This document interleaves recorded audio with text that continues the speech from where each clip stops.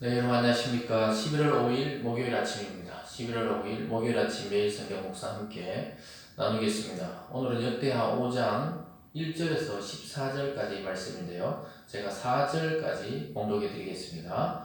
솔로몬이 여호와의 전을 위하여 만드는 모든 일을 마친지라. 이에 솔로몬이 그의 아버지 다윗이 드린 은과 금과 모든 기구를 가져다가 하나님의 전 곳간에 두었더라.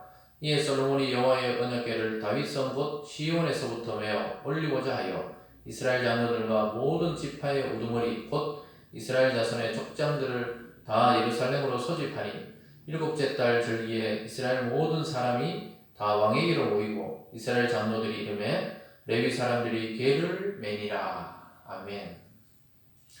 오늘 말씀을 통해 하나님의 말씀, 하나님의 영광, 하나님의 말씀, 하나님의 영광 이라는 제목으로 잠시 말씀을 증거하겠습니다. 여러분, 이 성전의 온전한 기능에 대해서 오늘 잘 살펴볼 수가 있습니다.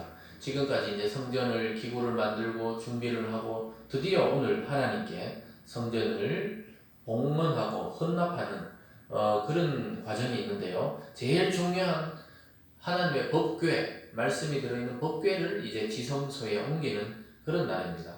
그래서 그 모든 것이 완성되고 나서 하나님의 영광이 오늘 이 성전 가운데 임하는 모습으로 끝이 나고 있는데요. 그것을 통해서 우리는 성전의 온전한 기능에 대해서 잠시 살펴볼 수가 있습니다.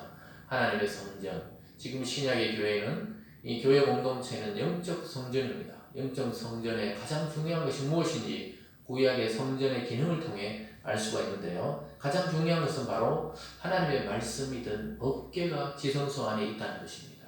말씀이 핵이라는 것, 말씀이 중심이라는 것입니다. 그 말씀을 통해 하나님의 영광이 거기에 임재하고 드러난다는 것이 성전의 올바른 기능입니다. 지금 이 시대에도 교회들 가운데 사람이 드러나거나 또 사람이 많고 적음이 드러나거나 이런 것이 핵심이 아니고 실제 핵심은 하나님의 말씀과 그 영광이 선포되고 또 하나님의 임재가 그곳에 충만한 것이 교회 공동체의 가장 큰 특징이자 또 추구해야 될 방향입니다. 저와 여러분에게 하나님의 성령이 충만하고 말씀이 충만하고 하나님의 교제가 충만할 때 이런 하나님의 임재를 경험합니다. 나의 바로 곁에 내 속에 주님이 계시고 내 곁에 하나님이 계신다는 하나님의 숨소리가 마치 들리듯이 우리 곁에 있다는 사실을 하나님의 말씀이 선포될 때 깨닫게 되는 것입니다. 오늘 하루도 주님의 임재와 성령의 충만이 여러분의 삶의 곳곳에 임하기를 주님의 이름으로 축원드립니다. 오늘 첫 번째로 성전을 드디어 완공한 솔로몬의 모습이 등장합니다. 1절을 다시 보면요. 솔로몬이 여호와의 전을 위하여 만드는 모든 일을 마친지라. 이에 솔로몬이 그의 아버지 다윗이 드린 은과 금과 모든 기구를 가져다가 하나님의 전 곳간에 두었더라.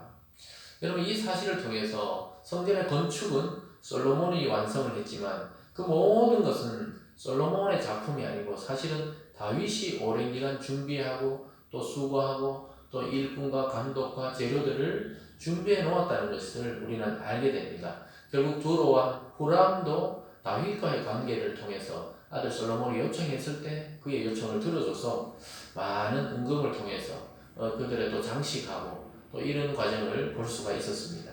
이것은 이 모든 것의 일의 시작이 결국은 사람이 하는 것 같아도 하나님이 다윗을 통해 준비시키시고 그의 아들 솔로몬을 통해 완성시키는 과정을 통해 결국은 하나님이 보이지 않는 손길이 계속해서 작용하고 있다는 것을 우리는 알게 됩니다. 우리 역시 마찬가지입니다. 우리가 예를 들어서 교회를 개척하거나 또는 이미 완성된 교회에 들어가서 봉사하거나 어떠한 그 일을 하더라도 우리는 그 과정 중에 우리가 쓰임받을 뿐이지 이 전체 그림을 그리는 분은 바로 하나님이라는 사실입니다. 이 사실을 우리는 명심해야 될 것입니다. 결국 수많은 사람들을 통해 성전 건축이 완성이 되듯이 이 교회 공동체도 수많은 은사와 달란트와 또 하나님께 받은 사명에 따라서 각자가 그것을 충실하게 섬길 때 아주 견고한 영적 성전으로 지어지게 되어 있는 것입니다. 바로 저와 여러분이 이 작업을 하는 것입니다. 교회는 다름 아닌 그리스도의 몸으로서 영적 성전을 짓는 일에 일생 집중해야 됩니다. 그럴 때 그곳에 하나님의 영광의 광채가 비치고 하나님이 임재하시며 그분과 우리가 동행하며 충만한 은혜를 거기서 누리고 또 그 안에서 육체적인 모든 문제들도 해결이 됩니다. 경제의 문제, 또 육체의 질병의 문제, 우리의 진로의 문제, 가정의 문제 이런 것들이 근본적으로 하나님과 관계에서 하나님의 임재가 오면은 그 주변 것들은 다 해결이 되는 것입니다. 우리 주님께서도 먼저 그 나라와 그를 구하라. 그리하면 이 모든 것을 더하여 주신다. 이렇게 말씀하셨습니다. 이 모든 것을 추구하라는 것이 아니고 먼저 그 나라와 그를 추구할 때 이 모든 것은 따라오게 되어 있습니다. 그것은 분명한 사실입니다. 여러분 오늘 솔로몬이 지혜를 구하고 성전을 하나님께 완공해 드렸을 때 오고 오는 모든 역사의 왕 중에서 가장 존귀하고 영화롭고 부귀한 그런 왕으로 살게 되었다는 사실은 우리는 앞으로 또 살펴보게 될 것입니다.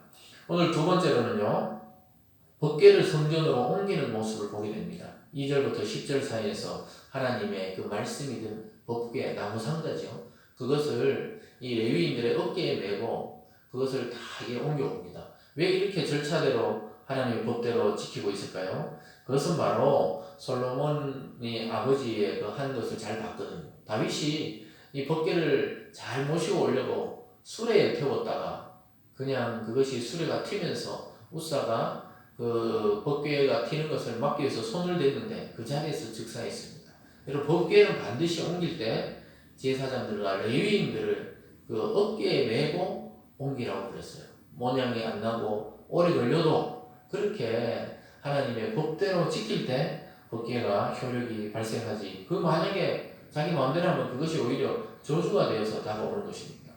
그래서 그것을 알기 때문에 오늘 이렇게 말합니다. 4절에 보면 이스라엘 장로들 이름에 레위 사람들이 궤를 매니라. 네, 어깨에 메고 올라갑니다. 계속 읽어볼게요. 궤와 해막과 장막 안에 모든 거룩한 기구를 메고 올라가되 레위인 제사장들이 그것을 메고 올라가매 솔로몬 왕과 그 앞에 모인 모든 이스라엘 회중이 궤 앞에서 양과 소와 제사를 드렸으니 그 수가 많아 기록할 수 없고 셀 수도 없었더라. 법궤를 어깨에 메고 성전으로 올라갑니다. 지성소를 다 만들어 놓고 꾸며 놓고 거기다가 법궤를 다 갖다 놓으려고 지금 정성스럽게 어깨에 메고 올라가는 것입니다. 이처럼 그 아버지의 실수를 교훈 삼아서 말씀을 따라 이 모든 일을 진행하려고 솔로몬이 지금 애쓰고 있습니다. 여러분 우리들도 우리 신앙에 앞선 리더들이나 또는 목회자들이나 또 교회 연장자들이 실수할 때도 있습니다. 다 같은 죄인이고 인간이기 때문에 실수할 때가 있습니다. 여러분 그럴 때 그것을 비난하고 비평하는 데서 끝나면 안 되고 그것을 오히려 보완하고 우리는 그 과오를 범하지 않으려고 또 다시 우리 자신을 돌아보고 또 말씀을 따르는 길을 선택해야 할 것입니다. 그리고 계속해서 언약궤 안에 말씀의 두 돌이 들어있었다고 이야기하고 있습니다. 10절입니다. 궤 안에는 두 돌판 외에 아무것도 없으니 이것은 이스라엘 자손이 애굽에서 나온 후 여호와께서 그들과 언약을 세우실 때 모세와 호렙에서 그 안에 넣은 것이더라. 언약의 말씀, 그 십계명이 적힌 두 돌판, 모세가 호렙산에서 받아온 그 돌판이 법궤 안에 있었던 것입니다. 여러분 이것은 하나님의 모든 일에 또 교회의 모든 일에 믿는 자의 모든 일의 중심에 말씀이 있어야 된다는 것입니다. 여러분 기독교 신앙에서 하나님의 말씀을 놓치면 아무것도 잡은 게 없는 것과 마찬가지입니다. 하나님의 말씀, 이 성경의 말씀, 또 설교로 선포되어지는 해석된 하나님의 말씀을 자기 것으로 먹고 마시고 누릴 때 참 영광과 기쁨이 있는 것입니다. 그래서 언약궤에는 말씀을 기록한 두 돌판 외에는 아무것도 들어있지 않았습니다. 이것은 결국 언약의 백성을 다스리는 것은 사람이나 왕이 아니고 하나님의 말씀의 통치가 그곳에 이루어지는 것입니다. 하나님의 나라도 하나님의 말씀으로 통치가 이루어지는 곳입니다. 우리 주님께서도 말씀이 육신이 되어서 우리 가운데 오셔서 그 말씀을 선포하셨고 그걸 받아들임으로 우리는 복음을 알게 됐고 믿게 된 것입니다. 저도 여러분에게 지금 말씀을 증거하고 있는 것입니다. 이 말씀이 여러분의 능력이 되고 소망이 되고 또 치유와 회복의 그런 능력의 말씀 되기를 바랍니다. 그래서 이 말씀이 우리의 핵심이 되어야 되고 교회의 핵심이 될 때 영적 부흥이 일어나고 반드시 수많은 사람이 그 말씀을 쫓아 오게 되어 있습니다. 결국 교회에서는 구제도 해야 되고 선교도 해야 되고 또 이웃도 돌봐야 되지만 우리가 가장 좋은 것으로 섬기려면 말씀을 잘 그들에게 전파하고 복음을 전해주는 것이 가장 핵심적인 사명이고 가장 가치 있는 것을 전해주는 것입니다. 그것을 여러분 꼭 기억하시면서 여러분의 중심에도, 여러분의 가정에도, 우리 교회에도 중심에 말씀을 주시고 거기서 하나님의 임재를 경험하고 살아가야 할 것입니다. 오늘 마지막으로 드디어 이 말씀 위에 하나님의 영광이 임하는 모습이 오늘 세 번째로 나타나고 있습니다. 11절에서 14절까지 말씀 사이에 나타난데요. 먼저 13절을 보면 나팔 부는 자와 노래하는 자들이 일제히 소리를 내어 여호와를 찬송하며 감사하는데 나팔 불고 재금치고 모든 악기를 울리며 소리 높여 여호와를 찬송하여 이르되 선하시도다 그의 자비하심이 영원히 있도다 하면 그때 여호와의 전에 구름이 가득한지라. 나팔을 불고 노래를 부르고 모든 악기를 동원해서 하나님을 찬양하는 것입니다. 여러분 오늘날 또 이 교회에서 많은 악기들과 또 좋은 소리를 내는 그러한 연주자들을 통해서 하나님께 영광 돌려드리는 것은 아주 중요하고 아주 기쁘고 좋은 일입니다.